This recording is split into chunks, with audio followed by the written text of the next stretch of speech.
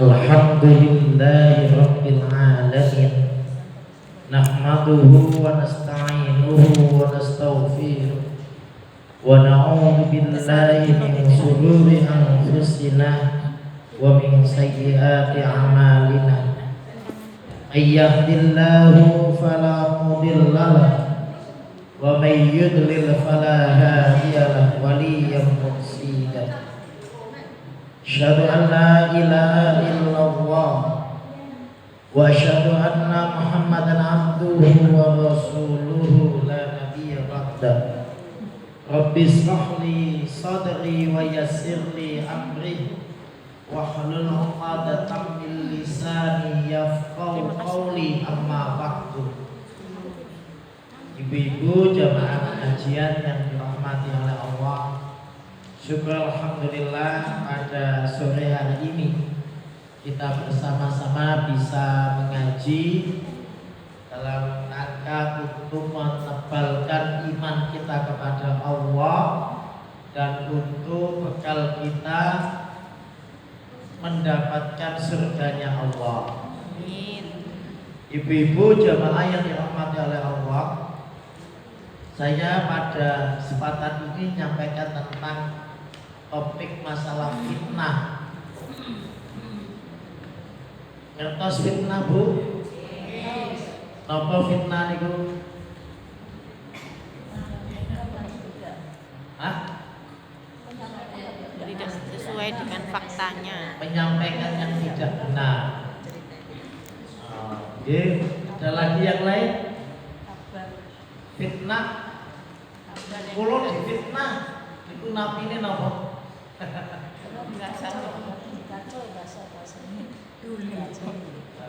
Fitnah itu banyak, Bu. Tapi yang penting ada satu pernyataan seorang tabi'in yang bernama Talq bin Habib. Beliau berkata, "Idza waqa'atil fitnah fa'at fi'uha bittaqwa." Qalu wa mat taqwa? Qala an ta'mala bi ta'atillah ala nurin minallah tarju sawaballah wa an tadruka ma'siyatallah ala nurin minallah takhafu iqaballah. Talq bin Habib berkata, itu dikarenakan takut karena siksanya Allah. Nah, maka hal seperti ini itu bisa memadamkan fitnah. Pertama, ibadah karena Allah, mengharap ridha Allah. Meninggalkan maksiat karena Allah, karena takut akan siksa Allah. Bukan karena takut sama polisi, tapi takut karena siksanya Allah. Nah, di dalam Al-Quran, karena itu watazawwadu fa inna khairaz zadi taqwa wattaquni ya ulil albab. Sebab fitnah itu bisa dipadamkan dengan takwa, maka Allah menyuruh hendaklah kamu mencari bekal. Sebaik-baik bekal itu adalah bekal takwa. Selanjutnya di dalam Ali Imran ayat 102 Allah berfirman, ya ayyuhalladzina amanu taqullaha haqqa tuqatih. Wahai orang-orang yang beriman, bertakwalah kamu kepada Allah dengan sebenar-benar takwa. Wala tamutunna illa wa antum muslimun. Jangan sampai ibu kita ini mati tapi belum bertakwa kepada Allah. Kalau kita mati belum bertakwa kepada Allah, mungkin banyak fitnah yang akan menempa hidup kita. Makanya kita nanti harus belajar bagaimana agar tidak mendapatkan siksa, mendapatkan fitnah walaupun sudah mati. Nanti kami jelaskan. Allah juga berfirman dalam Al-Anfal ayat 25, wattaqu fitnatal la tusibanal ladzina dzalamu minkum khassa wa'lamu annallaha syadidul iqab. Maka bertakwalah kamu kepada Allah. Di dalam banyak tafsir diterjemahkan, maka berhati-hatilah, waspadalah, perhatikan. Ini sebuah peringatan, alarm. Akan apa? Fitnah. Dalam ayat ini fitnah diartikan juga ujian, cobaan, musibah. Orang kena musibah, orang kena ujian, orang kena cobaan, itu disebut juga fitnah. La tusibana, lah yang mana itu musibah itu tidak hanya menimpa alladzina, orang-orang dolamu yang dolim minkum di antara kamu. Jadi ayat ini peringatan, Bu, hati-hati Bu, jangan sampai Allah datangkan kepada kita musibah karena kita tidak berbuat salah. Ayat itu maksudnya ada perbuatan, karena perbuatan seseorang diturunkan bencana, musibah. Yang musibah itu kata Allah bukan untuk orang yang berbuat salah itu saja. Maka padamkan fitnah itu dengan takwa.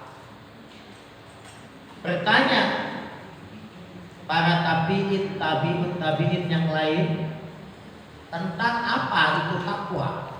Kok dihubungkan dengan fitnah sebagai pemadam, takwa sebagai pemadam fitnah? Maka kalau bin Habib menjawab, hendaklah ketika engkau melaksanakan ketaatan, melaksanakan ibadah, melaksanakan penghambaan kepada Allah, maka ibadah itu harus sesuai dengan apa? Cahaya kebenaran dari Allah. Bita'atillah ala nurim minallah. Bita'atillah ala nurim minallah. Ketaatan kepada Allah disertai harus berdasarkan nurim minallah. Kebenaran, nur itu cahaya, artinya juga kebenaran dari Allah. Tarju sawab Allah, yang mengharap ridhonya Allah. Ibu-ibu, kita ibadah ini, kita ngaji ini mengharap ridho Allah atau berharap ridhonya manusia? Allah. Itu disebut takwa. Kalau ibadah kita sudah sesuai dengan tuntunan karena ngaji, sesuai dengan Quran hadis, tetapi tidak karena Allah, itu tidak disebut takwa. Wa tatruka maksiat Allah, dan jika kita meninggalkan perbuatan maksiat kepada Allah, ala nuri minallah, hendaklah meninggalkan maksiat itu caranya itu benar.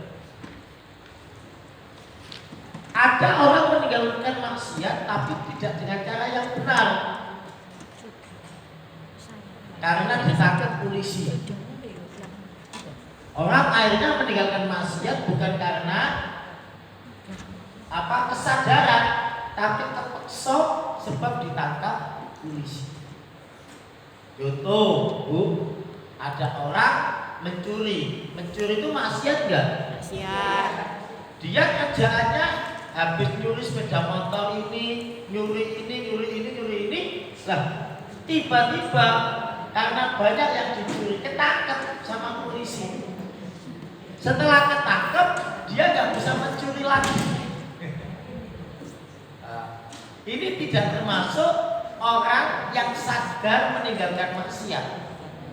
Maka ketika kita meninggalkan maksiat, air dia selalu naik. ngambil air. Waktu ngambil air biasanya namanya air ya, naik tangga turun tangga itu kececeran. Dia sungkan, nggak kepingin mengganggu kapal ini jadi kotor. Wis kapal ini tak lubangi saja, karena butuh air itu. Kalau di laut melubangi kapal berapa air? Nah, kata Nabi, kalau orang-orang yang lain itu melihat perbuatan orang ini, ya ada orang sudah naik kapal, kapalnya dilubangi, dibiarkan,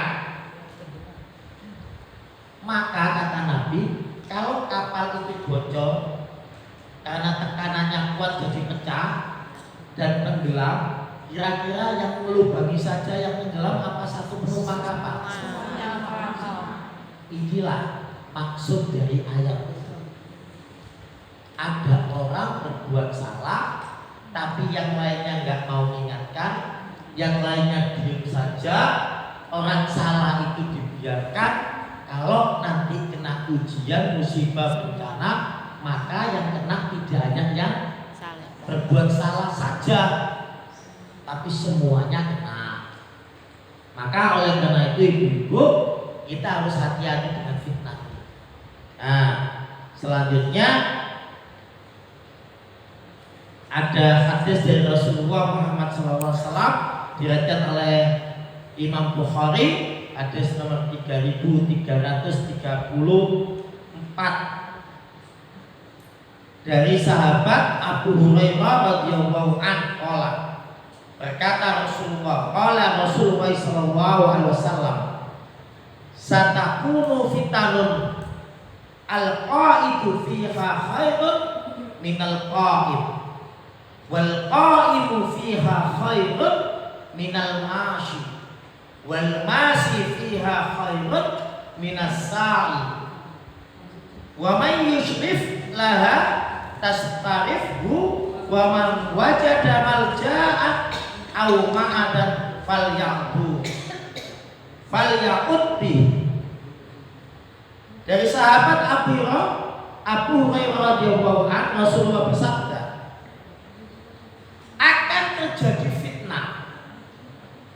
Ini disebut oleh Nabi fitanun, akan terjadi fitnah. Fitnah yang mana ketika fitnah itu terjadi, musibah bencana itu terjadi, maka orang yang duduk itu lebih baik daripada orang yang berdiri. Orang yang berdiri lebih baik daripada orang yang berjalan. Orang yang berjalan itu lebih baik daripada orang yang berlari. Dan siapa yang ingin melihat fitnah itu, maka fitnah itu akan mengintainya, akan menyerangnya. Siapa yang menemukan tempat pertahanan berlindung dari fitnah itu, maka hendaklah dia berlindung kepada Allah. Ini beberapa ulama memaknai itu adalah fitnah Masyihid Dajjal. Fitnah Masyihid Dajjal itu fitnah besar. Tidak ada seorang nabi dan rasul salah. Maka ketahuilah kata Allah, sesungguhnya siksaku sangat pedih. Oleh karena akan ada, kita ini nanti kena ujian, tapi kita enggak berbuat salah, kok saya diuji? Maka Allah nyuruh kita apa? Hati-hati.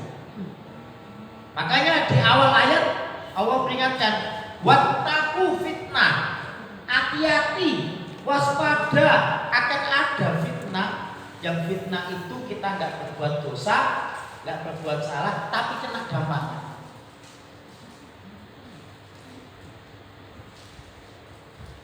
Bu, kalau ada pernyataan orang nggak salah kok kena musibah, niku pantes apa mboten?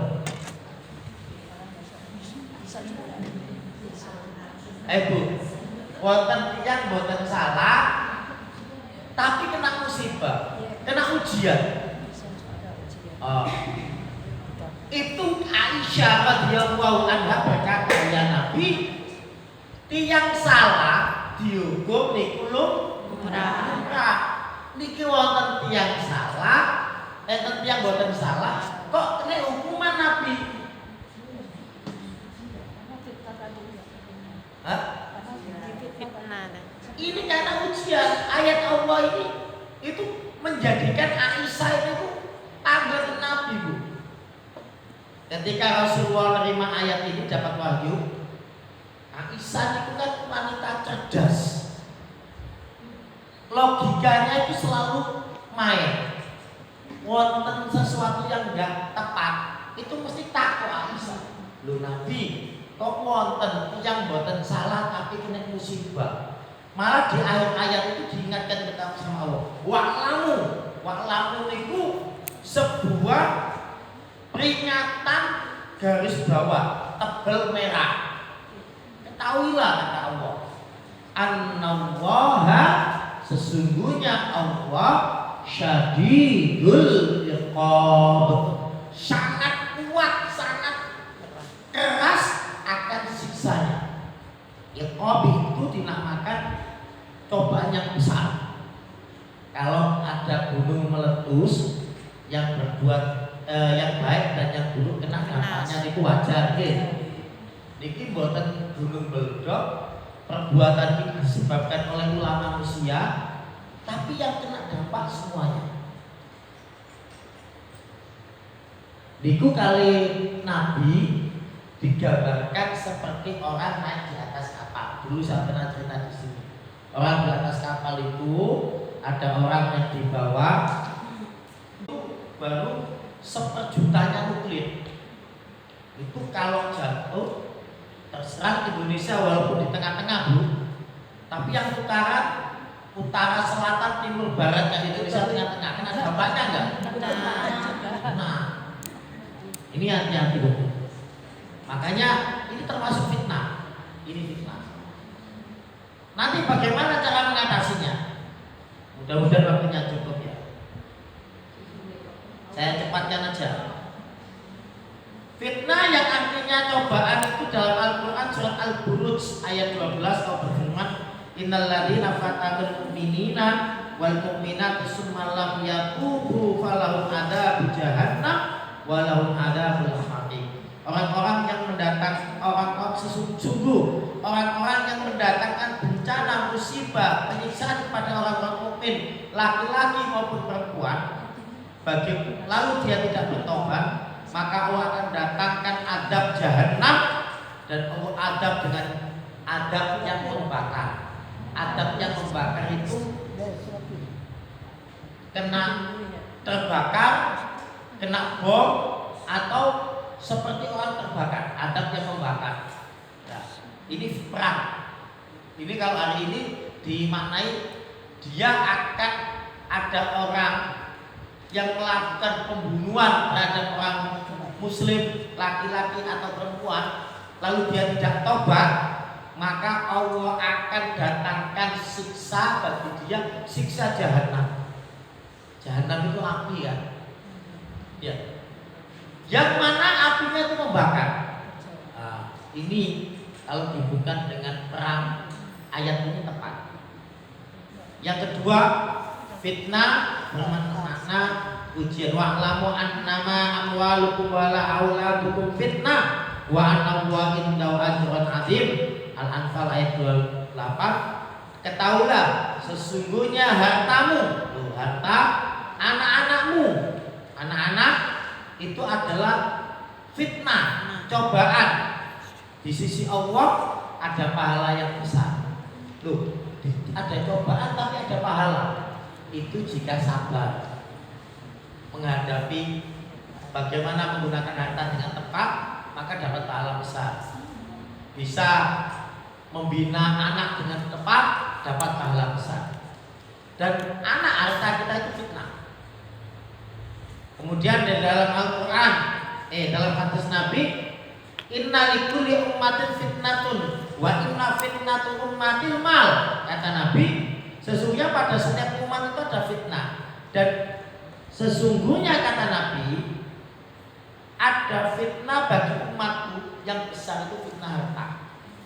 Hati-hati Bu, harta itu kalau nggak tepat cara menggunakan itu jadi sumber fitnah besar. Lalu saya percepat ya. Fitnah artinya kufur. Yaumahum 'alan nari yuftanun duku fitnatukum. Hadalladzi, kemudian dia sabar, maka itu orang yang terbaik. Jadi ibu, ini pentingnya kita belajar terkait dengan fitnah sekarang. Termasuk nanti perang ya, terjadi kita kena dampaknya. Maka yang pertama mohon perlindungan kepada Allah. Yang kedua kita sabar. Kalau nggak sabar mau apa? Mau ikut perang. Kita jauh ya. Adapun yang ketiga, kalau sudah seperti itu, banyaknya fitnah yang terjadi, apakah di keluarga kita, di lingkungan kampung kita, apa lebih besar lagi, mohon perlindungan Allah, banyak berdoa, banyak berzikir. Yang kedua sabar, diterima apa aja, gak usah melawan, bertahan itu jauh lebih baik. Dan yang ketiga, bersegera melakukan ketaatan. Artinya memperbanyak ibadah. Ini Allah berfirman, wasari'u ila maghfiratin min rabbikum wa jannatin arduha samawati wal ardh uiddat lil muttaqin. Maka bersegeralah kalau sudah terjadi banyak fitnah itu, Bu. Cepet-cepetlah kamu kepada ampunan Allah. Banyak istighfar. Yang mana kata Allah itu akan mendatangkan surga yang luasnya seluas langit dan bumi yang disediakan bagi orang-orang yang bertakwa. Dan Nabi bersabda, anna Rasulullah SAW qala badiru bil amalin fitnah. Kalau sudah banyak fitnah seperti itu, kita sudah berdoa, kita sudah istighfar, kita sudah sabar, maka jangan cukup berhenti di situ, Bu. Ikuti yang ketiga dengan cara memperbanyak amal. Nabi berkata, badiru bil amal fitnah. Perbanyak kamu beramal pada masa di saat kamu terkena fitnah.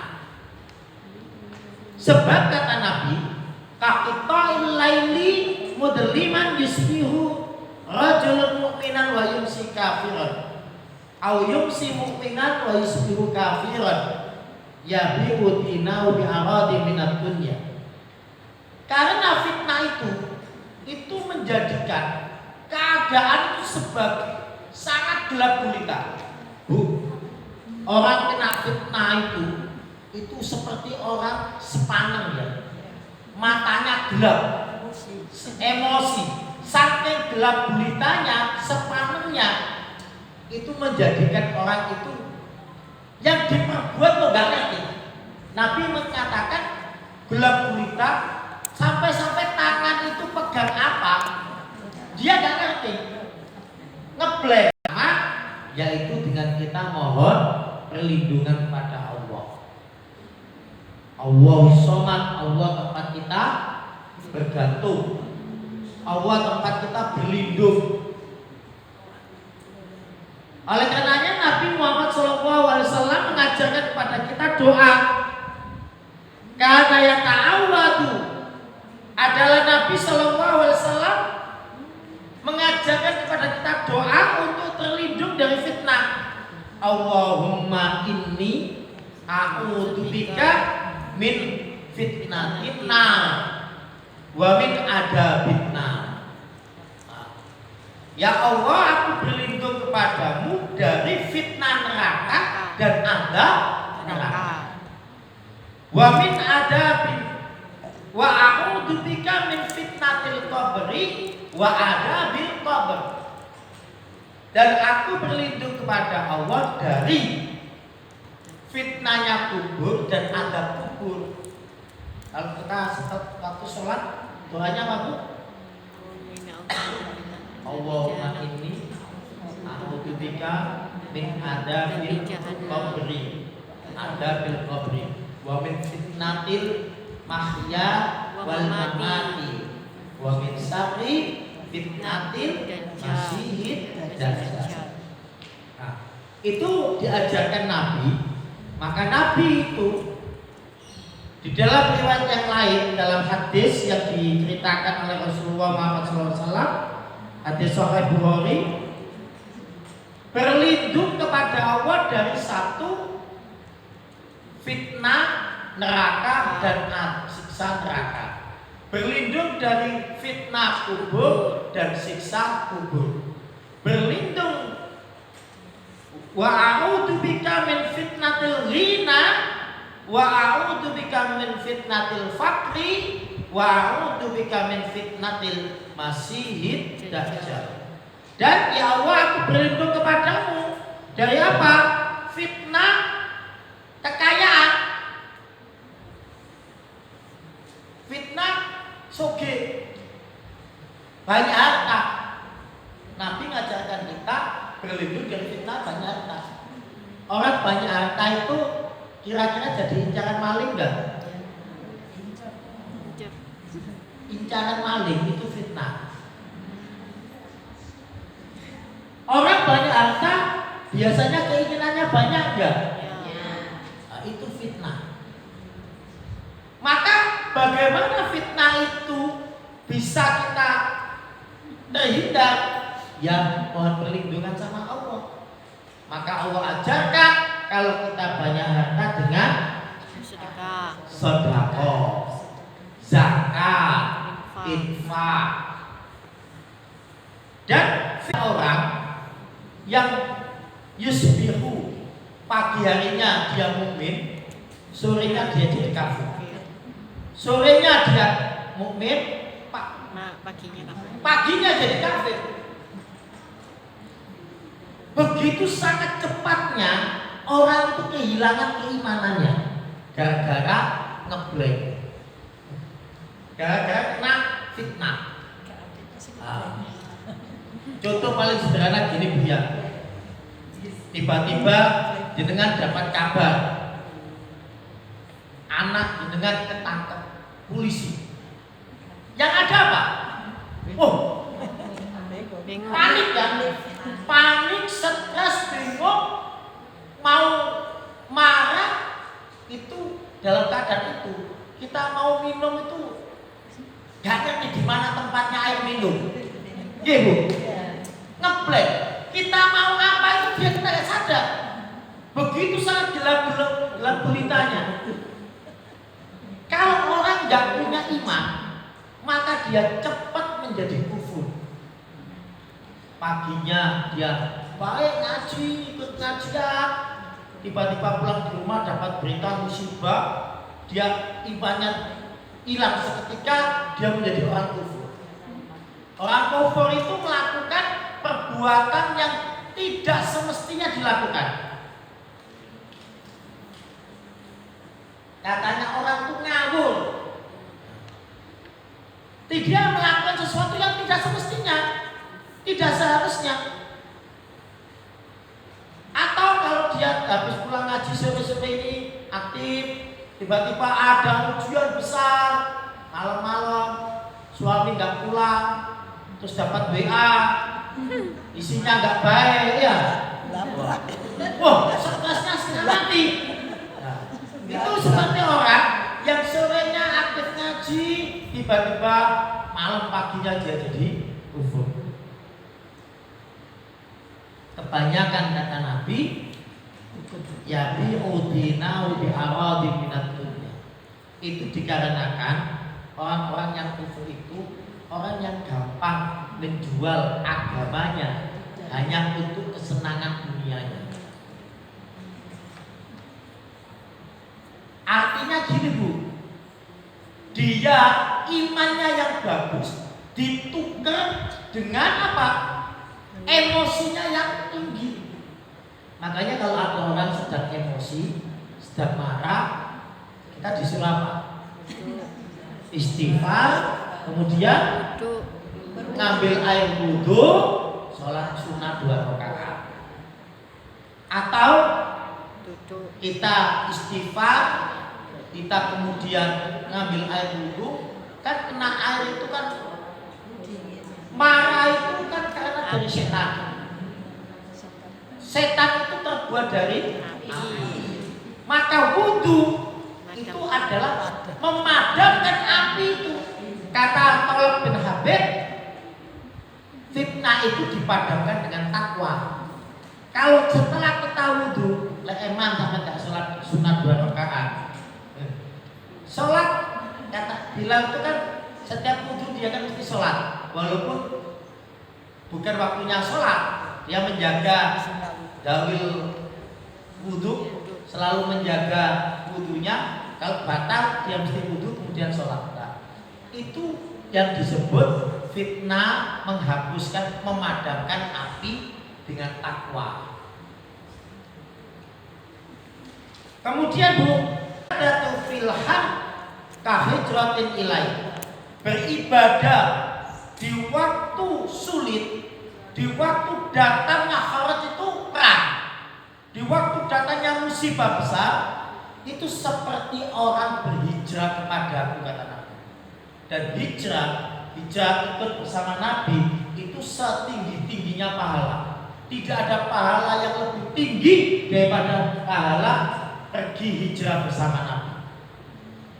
Itu seperti pahala perang sabilillah, jihad fisabilillah. Orang yang kalau sedang dapat musibah, ujian, lalu dia beribadah, itu disebutkan oleh Nabi seperti orang yang berhijrah bersama. Jadi jangan sampai kita kena ujian, sakit atau macam-macam malah sholat. Seringkali orang itu kalau sakit, kalau kena ujian, dia lupa sama Allah, lali. Jangan. Semakin kita diuji oleh Allah, kita harus semakin dekat kepada Allah. Iya, orang ketika kena ujian itu lemes, seperti tidak bertenaga, seperti tidak punya daya. Iya. Jadi ujian itu memang datang. Makanya seperti tadi saya katakan, Nabi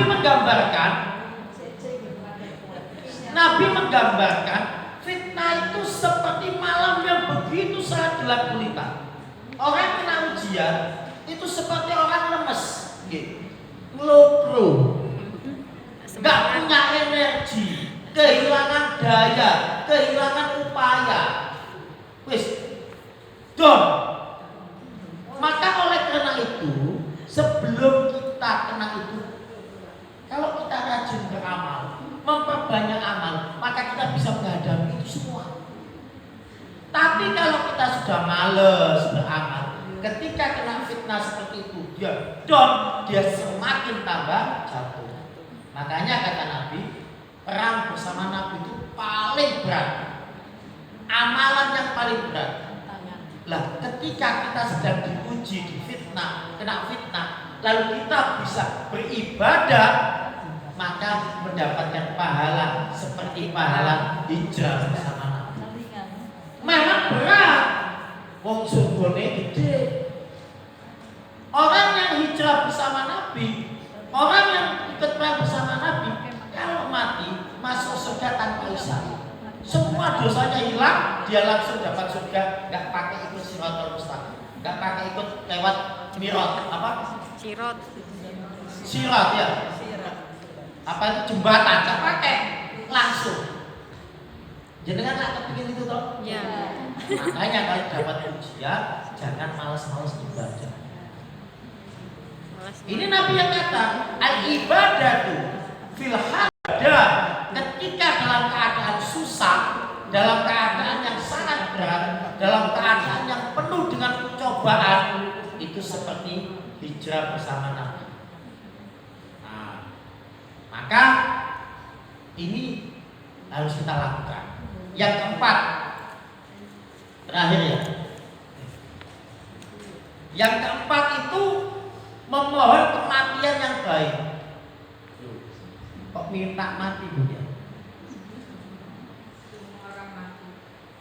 Loh, orang yang kena ujian itu bilang mati lah mati loh. Aku wis kene jalan mati ya wis ya dah. Putus asa. Ada yang minta cerai, minta putus ya.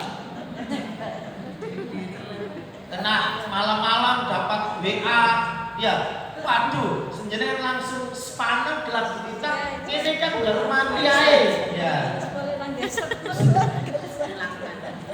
Ini Nabi bersabda, Isnatani yakrahuhuma ibnu Adam al-maut wal mautu khairun lil mu'minin min fitnah wa yakrahu qillatal mali wa qillatul mali aqallu lil hisab. Ada dua hal yang selalu dibenci oleh anak cucunya Adam.